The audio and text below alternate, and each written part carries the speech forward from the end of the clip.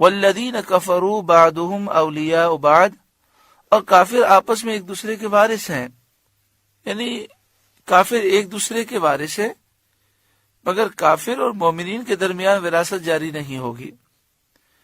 اس آیت سے ثابت ہوا کہ مسلمانوں کو کفار کی موالات، دوستی، موارثت سے منع کیا گیا اور ان سے جدا رہنے کا حکم دیا گیا، اور مسلمانوں پر آپس میں میل جول رکھنا لازم کیا گیا۔ کافر مر جائے اور اس کے ورثہ میں مسلمان ہے تو اسے حصہ نہیں ملے گا، مسلمان مر جائے اس کے ورثہ میں کافر ہے تو وہ وراثت سے محروم ہوگا۔ الا تفعلوه تکن فتنة فی الارض، ایسا نہ کرو گے تو زمین میں فتنہ و فساد کبیر، اور بڑا فساد ہوگا۔ یعنی اگر مسلمان آپس میں تعاون نہ کریں گے، ایک دوسرے کی مدد نہ کریں گے، امیر مسلمان غریب مسلمان کو مضبوط نہ کرے گا، اور وہ ایک دوسرے کے مددگار ہو کر ایک قوت نہ بن جائیں گے، تو پھر کافر قوی ہوں گے اور مسلمان کمزور، اور یہ بہت بڑا فتنہ و فساد ہے، کیونکہ کافر جب قوی ہو جائیں گے تو وہ مسلمانوں کو ہرگز برداشت نہیں کریں گے۔ تو اس میں ہمارے لیے درس ہے کہ ہم اپنے مسلمان بھائیوں کو مضبوط کریں، جو بے روزگار ہیں ان کے لیے روزگار کے مواقع مہیا کریں۔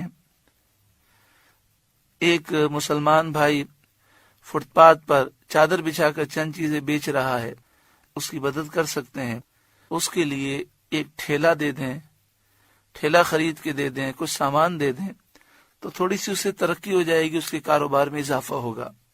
کوئی ٹھیلے والا ہے، آپ اسے کیبن دلا دیں، کچھ سامان دلوا دیں، تو اس کا نفع بڑھے گا تو وہ آگے بڑھے گا۔ اگر کوئی جو کیبن والا ہے آپ اسے دکان دلا سکتے ہیں کرائے پر، یا کرائے والا ہے تو اسے اپنی دکان دلا سکتے ہیں تو دلا دیں۔ تو اس طریقے سے مسلمان مضبوط ہوں گے۔ اور یہ بھی چاہیے ہمیں کہ خریداری کوشش کریں مسلمانوں سے کریں، جن علاقوں میں ہندو ہیں یا عیسائی ہیں یا یہودی ہیں یا اور کافر ہیں، تو مسلمانوں کو چاہیے کہ وہ چیزیں خریدیں مسلمانوں سے۔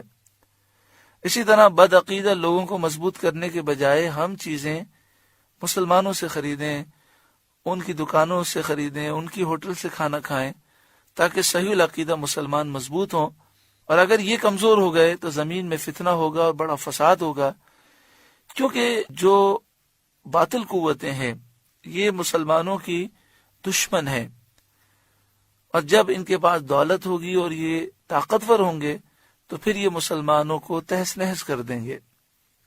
والذین آمنوا وہاجروا وجاہدوا فی سبیل اللہ، اور وہ جو ایمان لائے اور ہجرت کی اور اللہ کی راہ میں لڑے۔ والذین آووا ونصروا، اور جنہوں نے جگہ دی مدینہ شریف میں مہاجرین کو، ونصروا اور مدد کی، اولئک هم المؤمنون حقا، وہی سچے ایمان والے ہیں۔ لہم مغفرۃ ورزق کریم، ان کے لیے بخشش ہے اور عزت کی روزی ہے۔ پہلی آیت میں مہاجرین اور انصار کے باہمی تعلقات کا بیان تھا، اور ان میں سے ہر ایک دوسرے کا معین مددگار ہے، اس کا بیان تھا۔ اس آیت میں ان دونوں کے ایمان کی تصدیق اور اس بات کا ذکر ہے کہ ان پر اللہ تعالیٰ کی رحمتیں نازل ہو رہی ہیں، یہ سچے مومن ہیں، ان کے لیے مغفرت ہے اور عزت کی روزی ہے، دنیا میں بھی خیر ہے اور آخرت میں جنت میں اللہ تعالیٰ نے ان کے لیے اعلیٰ مرتبے رکھے ہیں۔ والذین آمنوا من بعد وہاجروا وجاہدوا معکم، اور جو بعد کو ایمان لائے اور ہجرت کی اور تمہارے ساتھ جہاد کیا، فَأُولَئِكَ مِنْكُمْ، وہ بھی تمہیں میں سے ہیں۔ اے مہاجرین اور انصار، جو مسلمان بعد میں ہجرت کر کے آئے وہ بھی تمہیں میں سے ہیں، یعنی مہاجر ہیں۔ مہاجرین کے کئی طبقے ہیں، ایک وہ ہیں جنہوں نے پہلی مرتبہ مدینہ طیبہ کو ہجرت کی، انہیں مہاجرین اولین کہتے ہیں۔ کچھ وہ حضرات ہیں جنہوں نے پہلے حبشہ کی طرف ہجرت کی، پھر مدینہ طیبہ کی طرف انہیں اصحاب الہجرتین کہتے ہیں، 2 ہجرت والے۔ بعض حضرات وہ ہیں جنہوں نے صلح حدیبیہ کے بعد اور فتح مکہ سے پہلے ہجرت کی۔ صلح حدیبیہ ہوا سن 6 ہجری اور مکہ شریف فتح ہوا سن 8 ہجری۔ تو ان 2 سالوں کے درمیان جنہوں نے ہجرت کی یہ اصحاب ہجرت ثانیہ کہلاتے ہیں۔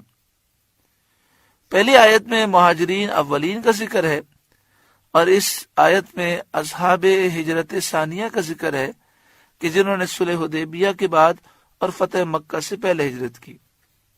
یہاں پر ایک سوال ہوتا ہے کہ جن لوگوں نے فتح مکہ کے بعد ہجرت کی تو اس کا جواب یہ ہے کہ جب مکہ شریف فتح ہو گیا تو پھر ہجرت کی حاجت باقی نہ رہی۔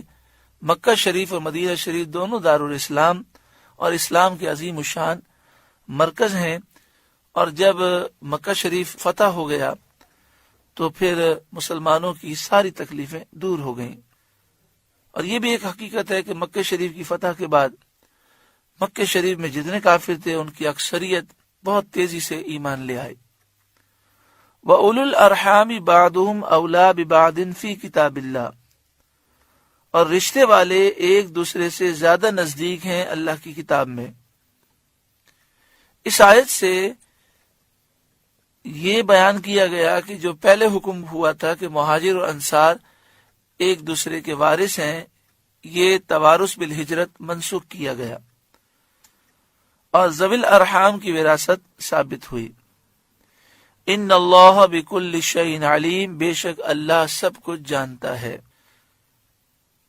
سورۃ الانفال کا 10واں رکوع مکمل ہوا، سورہ انفال مکمل ہوئی۔ اللہ تعالیٰ اس کی نصیحتوں پر ہمیں عمل کی توفیق عطا فرمائے۔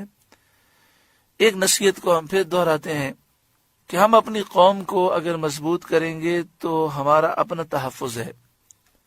جو صحیح العقیدہ مسلمان ہیں ان کو ہمیں ہر لحاظ سے مضبوط کرنا چاہیے۔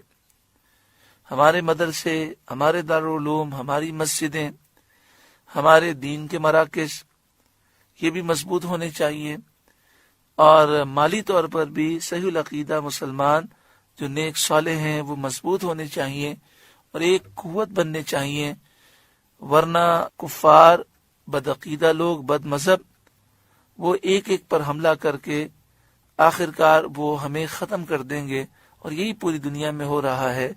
اللہ تعالیٰ اہل حق کو بیداری اور غلبہ اور اتحاد نصیب فرمائے، آمین بجاہ سید المرسلین صلی اللہ علیہ وآلہ وسلم۔